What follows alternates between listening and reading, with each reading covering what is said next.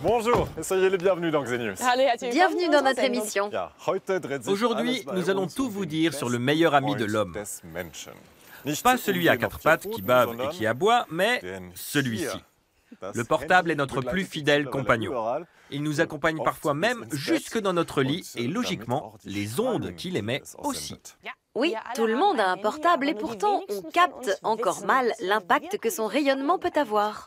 On entend tout et son contraire à ce sujet, ce qui n'est pas pour nous rassurer.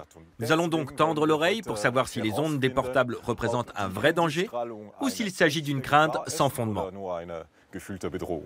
Je vais pour ma part participer à quelques expériences ici, à l'Université libre de Berlin, pour en apprendre plus sur ces fameuses ondes dont on parle tant, sans jamais vraiment savoir de quoi il s'agit.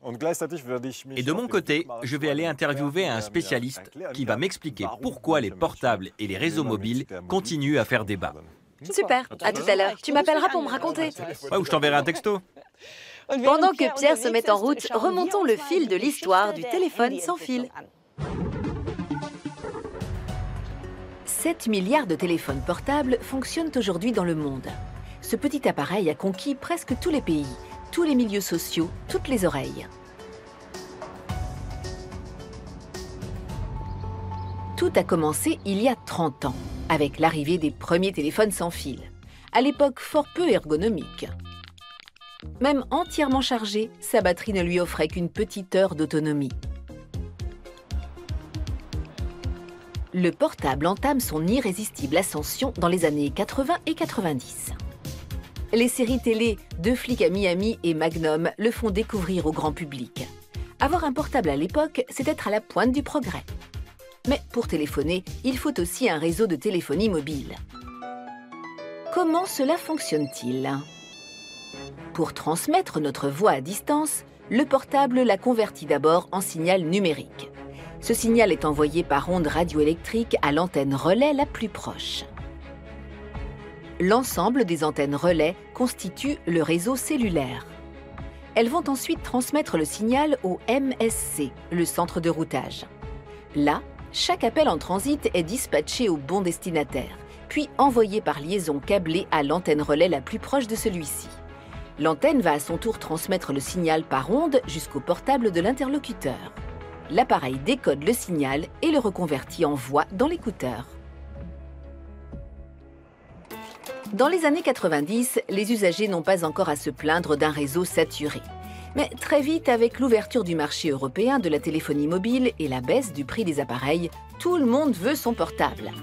De nouveaux services sont rapidement mis en place, comme les SMS signifiant Short Message Service. En 2001, les premiers portables munis d'un appareil photo arrivent sur le marché. Un an plus tard, il devient possible d'envoyer des photos et des vidéos par MMS. Aujourd'hui, notre smartphone est tout à la fois mini-ordinateur, appareil photo, lecteur MP3 et plus encore. Une extension de nous-mêmes dont il est devenu difficile de se passer.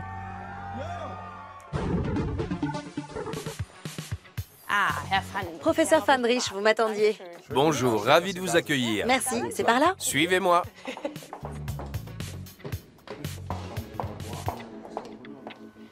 Vous enseignez la physique à l'Université libre de Berlin.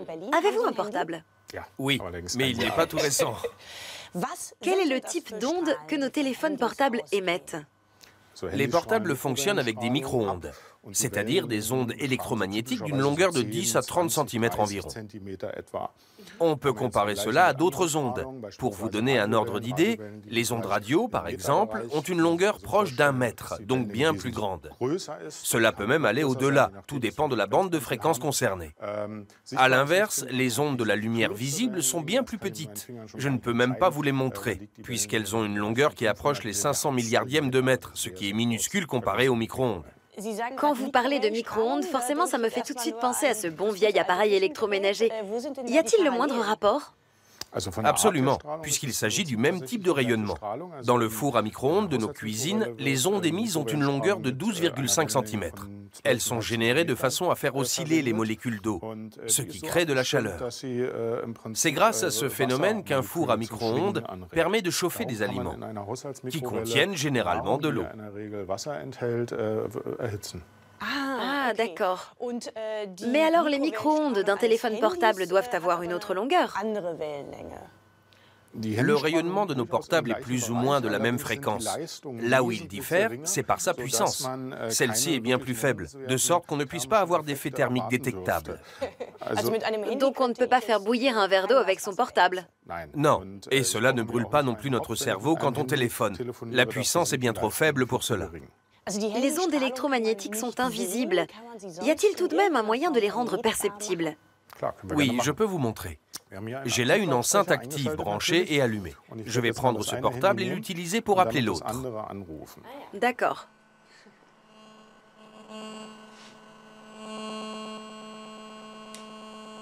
Effectivement, c'est un bruit qui nous est familier. Quelle en est l'explication? Le portable tente d'établir une connexion en envoyant un signal à l'antenne relais la plus proche. Les micro-ondes qu'il émet sont captées par l'enceinte puisque celle-ci contient du métal, par exemple des fils métalliques. Quand le rayonnement est absorbé par l'enceinte, cela fait osciller les charges électriques dans les fils. Avec ce type d'enceinte active, ce flux est amplifié et devient audible. Peut-on aussi bloquer ces ondes? Oui, grâce au principe d'une cage de Faraday, c'est-à-dire avec une enveloppe métallique. Pour un portable, une simple feuille d'aluminium suffit. Si vous enveloppez un portable dans du papier d'alu, vous aurez beaucoup de mal à le joindre. Je vais vous montrer. Appel en cours. L'autre téléphone devrait se mettre à sonner. Mais rien ne se passe. Eh non, l'aluminium fait barrage. Ce serait donc une solution pour se protéger des ondes. En théorie, oui, mais il faudrait vous envelopper vous-même dans de l'aluminium, sauf si vous voulez malgré tout passer et recevoir des appels. Très bien, merci professeur. Avec plaisir. Le rayonnement des portables est-il dangereux ou non? C'est l'objet d'un débat houleux entre plusieurs scientifiques qui ne sont décidément pas sur la même longueur d'onde. La Suède est le pays d'Europe où la densité de portables est la plus élevée. Le pays a développé son réseau de téléphonie mobile en un temps record et compte aujourd'hui plus de portables que d'habitants. Mais en 2011, un chercheur en cancérologie publie une étude qui fait grand bruit. Après 10 ans d'utilisation d'un portable, on constate un risque accru de gliome, de tumeur cérébrale, et de neurinome de l'acoustique. Pour ce dernier, cela intervient même un peu plus tôt. Et le risque augmente avec le nombre d'années d'utilisation. Mais un radiobiologiste allemand conteste l'étude de Lennart Hardell. Pour lui, rien ne permet aux scientifiques d'affirmer que les ondes des portables provoquent des cancers. Ces dissensions entre chercheurs viennent surtout de leurs convictions personnelles. La majorité pense que les champs électromagnétiques n'ont pas d'impact. D'autres sont persuadés qu'ils sont néfastes et font tout pour le prouver. L'affectif prend un peu trop de place dans cette histoire, ce qui explique que les esprits s'échauffent et que les chercheurs se traitent mutuellement de menteurs ou bien d'idiots. C'est une vraie foire d'empoigne. Pour Alexander Lerchel, les études épidémiologiques en question sont biaisées par le fait qu'elles reposent uniquement sur des questionnaires et non sur des cas médicaux avérés. Il a dénoncé le manque de précision de plusieurs publications qui ont ensuite dû faire l'objet de corrections ou de rétractations. Les études menées par Lennart Hardell sont assez peu crédibles. D'une part parce que si l'on se base sur ces résultats, on devrait constater une forte augmentation du nombre de tumeurs cérébrales dans le monde, ce qui n'est pas le cas. Et d'autre part, le taux d'incidence est trop haut par rapport à d'autres études. De surcroît, le taux de réponse, c'est-à-dire le nombre de personnes ayant accepté de répondre au questionnaire, est inhabituellement élevé. Pour ce genre d'études, c'est très étonnant, et ça n'a pas été corrigé. Voilà les incohérences dans ces études, qui d'ailleurs ont aussi été relevées par d'autres chercheurs. La majorité des scientifiques s'accordent à dire que le portable ne cause pas de cancer. Seule une poignée d'entre eux affirment le contraire et pensent que la téléphonie mobile est une gigantesque expérience en conditions réelles sur une population ignorante. Une position défendue par Olle Johansson. Je voudrais souligner que Lennart Hardell n'a jamais prétendu qu'utiliser un portable provoquait le cancer. Mais il a démontré qu'à long terme, et selon la façon de tenir son téléphone, il existait une relation statistique. C'est peut-être un lien ténu, et les tumeurs cérébrales restent très rares. Mais il a bien mis en évidence un rapport statistique à long terme entre la hausse des nouveaux cas de tumeurs cérébrales et l'utilisation de portables.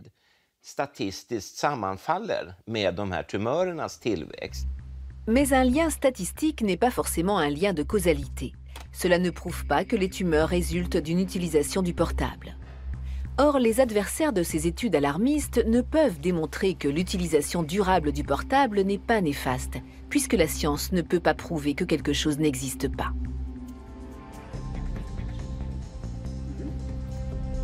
Alexander Lerchel a mené ses propres expériences et a soumis des rats et des souris à des champs électromagnétiques de puissance variable.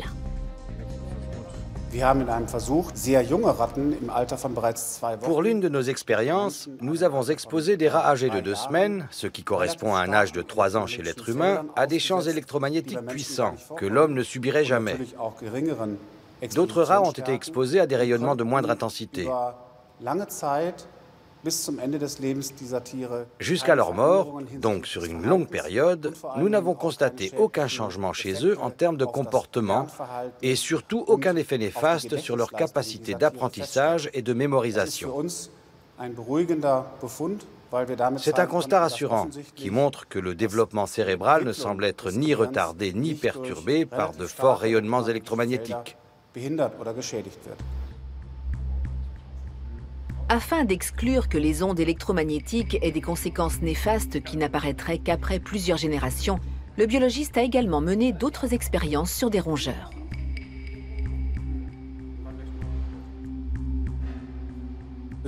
Nous avons exposé 4 générations de souris à des ondes électromagnétiques semblables à celles émises par les portables, pour vérifier si ces animaux souffraient de maladies ou se reproduisaient moins facilement que les souris non exposées du groupe de contrôle.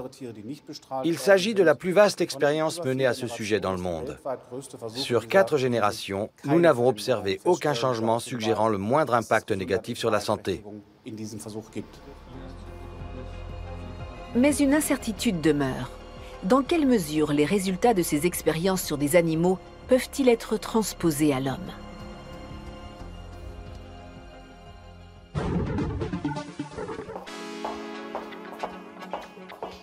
Les physiciens ici à Berlin sont plutôt confiants. Voyons maintenant ce que Pierre a appris de son côté. Allô? Coucou Pierrot, t'es où? Je suis arrivé au musée des techniques. Je vais retrouver mon spécialiste qui ne doit pas être loin. On se parle plus tard, ok?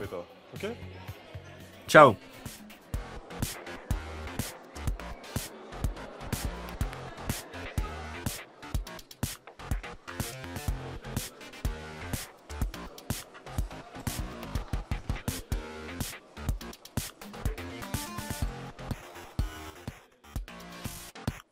Professeur Wiedemann, vous étiez membre de la commission allemande de protection contre les rayonnements et vous avez étudié les dernières études sur le sujet. Où en sont les connaissances scientifiques aujourd'hui? Actuellement, on tend plutôt à croire à l'innocuité des portables. Mais il faut tout de même préciser que l'avenir peut encore nous réserver des surprises, puisque nous ne connaissons pas les effets à long terme. Si une personne commence à utiliser un portable dès l'âge de 10 ans, que lui arrivera-t-il 30 ou 40 ans plus tard, après avoir été exposé toutes ces années aux ondes électromagnétiques? Les maladies ne se déclarent pas toutes rapidement. Les tumeurs cérébrales, par exemple, ont un certain temps de latence. Il est possible que nous découvrions cela un jour, mais nous ne le savons pas encore. Selon vous, le risque est réel ou cette inquiétude n'a pas vraiment de raison d'être? Quand on procède à l'évaluation d'un risque, il faut distinguer 2 étapes. D'abord, il s'agit de se demander si le risque existe vraiment. Est-ce que l'utilisation d'un portable avec ses ondes électromagnétiques représente effectivement un danger pour la santé? C'est le premier point auquel la réponse est « c'est possible ». Une fois que ce point est établi, vient la deuxième interrogation. Quelle est la gravité de ce risque? Et si les maladies peuvent augmenter suite à une exposition aux ondes des portables, de quel pourcentage parlons-nous? Or, nous n'en sommes qu'au début de cette évaluation, qui dit que le portable peut être un agent cancérigène. Moi, qui ne suis pas un scientifique et qui utilise un portable, je trouve ça assez inquiétant. Je peux le comprendre, mais selon moi, ça n'a rien d'inquiétant. Il n'y a jamais aucune certitude absolue dans le domaine des sciences. Il n'existe pas de comité central, si je puis dire, qui proclame que telle chose est vraie et incontestable. La science ne fonctionne pas comme ça. Il y aura toujours des opinions très différentes. Mais en tout cas, il vaut mieux laisser de côté les positions extrémistes aux avis très tranchés. L'opinion qui prédomine est que l'utilisation d'un portable peut être cancérigène. Mais il y a plein d'autres choses qui sont considérées comme potentiellement cancérigènes. Boire du café, par exemple. Or, vous buvez bien du café. On dit aussi que le pesticide DDT peut également être un agent cancérigène. Tout dépend ensuite de votre propre attitude. La notion de risque est parfois subjective. En tout cas, certaines personnes sont persuadées que les ondes des portables rendent malades.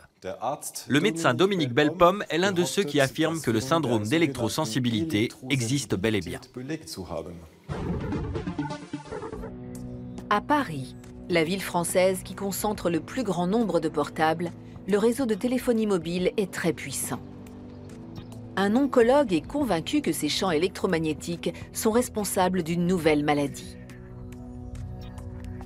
Je dis qu'il y a un lien de causalité entre l'exposition à des champs électromagnétiques et l'apparition de ces symptômes cliniques qu'on appelle électro-hypersensibilité.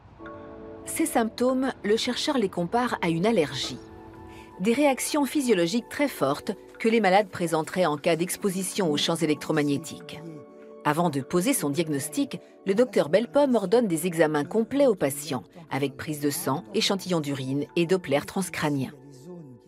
Nous avons des tests objectifs qui montrent que le cerveau est hypovascularisé, avec donc et dans le sang des anomalies biologiques qui nous montrent que ce sont de vrais malades et que ce sont exactement les mêmes anomalies biologiques que celles que l'on observe, chez les animaux d'expérience lorsqu'on les soumet à un champ électromagnétique. Autrement dit, nous retrouvons en pathologie humaine exactement ce qui a pu être mis en évidence au plan des anomalies biologiques chez les animaux d'expérience. Par peur des ondes électromagnétiques, certaines personnes vont même jusqu'à se retirer dans les montagnes. Elles se décrivent comme électro-hypersensibles. Philippe Tribaudot figure parmi elles. Selon ses propres dires, il souffre depuis 2008 des champs électromagnétiques qui couvrent tout le pays. La raison pour laquelle je suis électro-hypersensible, c'est que quand je vais dans un milieu irradié, je brûle. Et que la douleur, elle est très désagréable et qu'il suffit de m'en extraire pour ne plus la voir. Lorsque vous mettez votre main dans un feu, vous n'êtes pas allergique au feu, vous brûlez. Vous ne posez pas la question de savoir si vous êtes vraiment allergique au feu ou pas. Votre main, elle brûle, vous la retirez. Donc, on est électrosensible parce qu'on souffre. L'électrosensibilité, c'est une souffrance. À son domicile, Philippe Tribaudot n'a pas l'électricité dans toutes les pièces. Il utilise un téléphone fixe spécial où le son passe jusqu'à l'écouteur par un tuyau en plastique. Selon les estimations, 2000 personnes seraient électro-hypersensibles en France. Des hommes et des femmes qui aimeraient pouvoir vivre dans des endroits éloignés de toute pollution électromagnétique. Dans cette vallée encaissée des Hautes-Alpes, Philippe et 160 autres malades se battent pour créer un refuge, une zone blanche qui ne serait traversée par aucun champ électromagnétique. Problème, le terrain choisi appartient à l'État français. Ce jour, ce n'est pas une zone blanche. À ce jour, il y a de la réception de téléphonie mobile et il y a des niveaux qui sont, pour nous, trop forts. Mais il est possible de faire en sorte que l'antenne qui irradie sur cet endroit, en changeant simplement son azimut, permettre à des personnes électrosensibles de vivre ici. Donc on peut blanchir, entre guillemets, cette zone. C'est un long combat qui s'annonce pour convaincre les opérateurs de téléphonie de détourner leurs antennes relais. De retour au musée des techniques. Peter Wiedemann, que pensez-vous de ce syndrome d'électro-hypersensibilité? C'est un fait. Certaines personnes affirment que les ondes des portables les rendent malades. Elles en sont convaincues. Mais être convaincu d'une chose ne prouve pas que c'est la réalité. En l'occurrence, il faut préciser deux choses. D'abord, c'est qu'une maladie, quelle qu'elle soit, a toujours une composante mentale ou psychologique. Cela ne signifie pas pour autant que les malades se font des idées, et c'est justement le deuxième point. Dans le cas des personnes électrosensibles, justement, on constate qu'elles ressentent bien des troubles graves de la santé. C'est indéniable.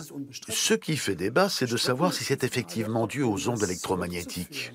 Des expériences scientifiques ont été menées sur le sujet, et si on les décortique, deux choses en ressortent. D'une part, il fallait se demander si les êtres humains, en particulier les électrosensibles, pouvaient percevoir ces ondes. La réponse est claire, non, ils ne le peuvent pas. La deuxième question était de savoir si ces ondes rendaient malades. Des tests en laboratoire ont également tenté de le démontrer et n'ont abouti à rien. Merci, professeur Wiedemann. Avec plaisir. Quoi qu'il en soit, la bonne nouvelle, c'est que les portables récents émettent beaucoup moins d'ondes que leurs prédécesseurs. Peut-être justement parce que c'est devenu un argument de vente essentiel. Chaque portable émet des ondes à une puissance différente qui dépend à la fois de la conception du téléphone et de la qualité du réseau. Aujourd'hui, cette puissance d'émission est un critère d'achat important pour le consommateur.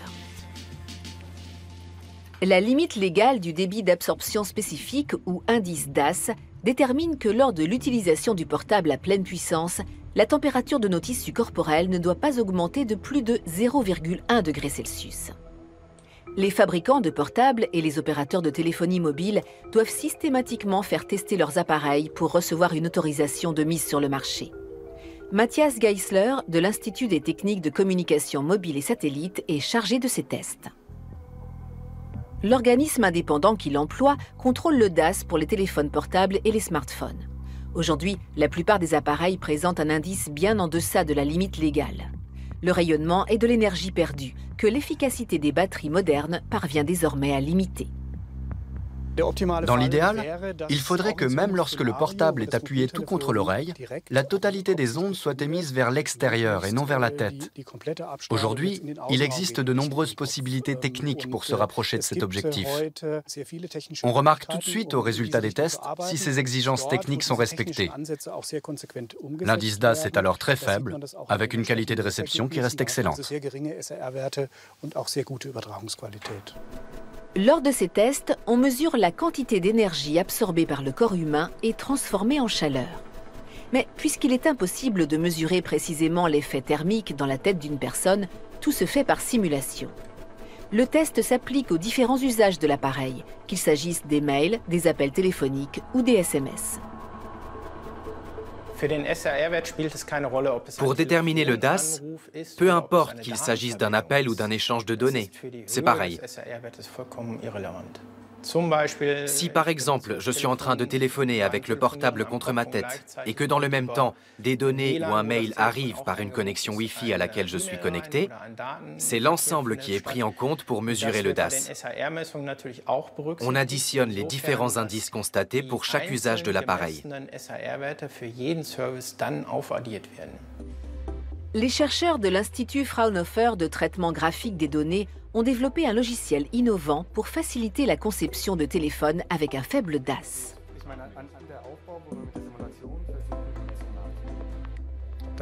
On voit bien que c'est à proximité directe de l'antenne que le champ magnétique est le plus fort. Et celui-ci est en quelque sorte emprisonné entre la tête et la main.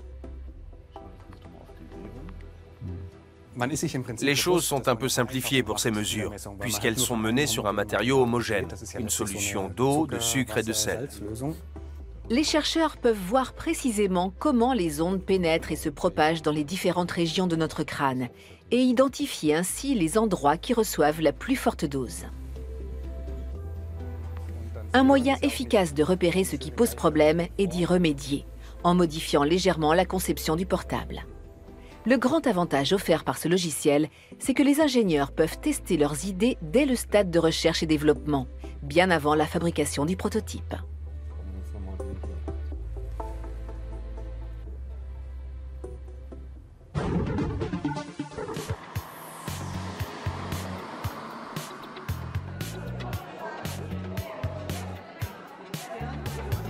Coucou. Ah, te voilà. Dis donc, toi aussi tu rayonnes. Oui, je suis rassuré puisque le spécialiste que j'ai consulté pense qu'il ne faut pas trop s'inquiéter quant aux ondes des portables. Le mien dit la même chose. Donc pas de panique, même s'il faut attendre les résultats à long terme. C'est vrai. En tout cas, lors de l'achat de mon prochain portable, je m'intéresserai de près à son indice DAS. Et on ne le dira jamais assez, téléphoner en conduisant est dangereux. Pas seulement pour votre sécurité, mais aussi pour votre porte-monnaie.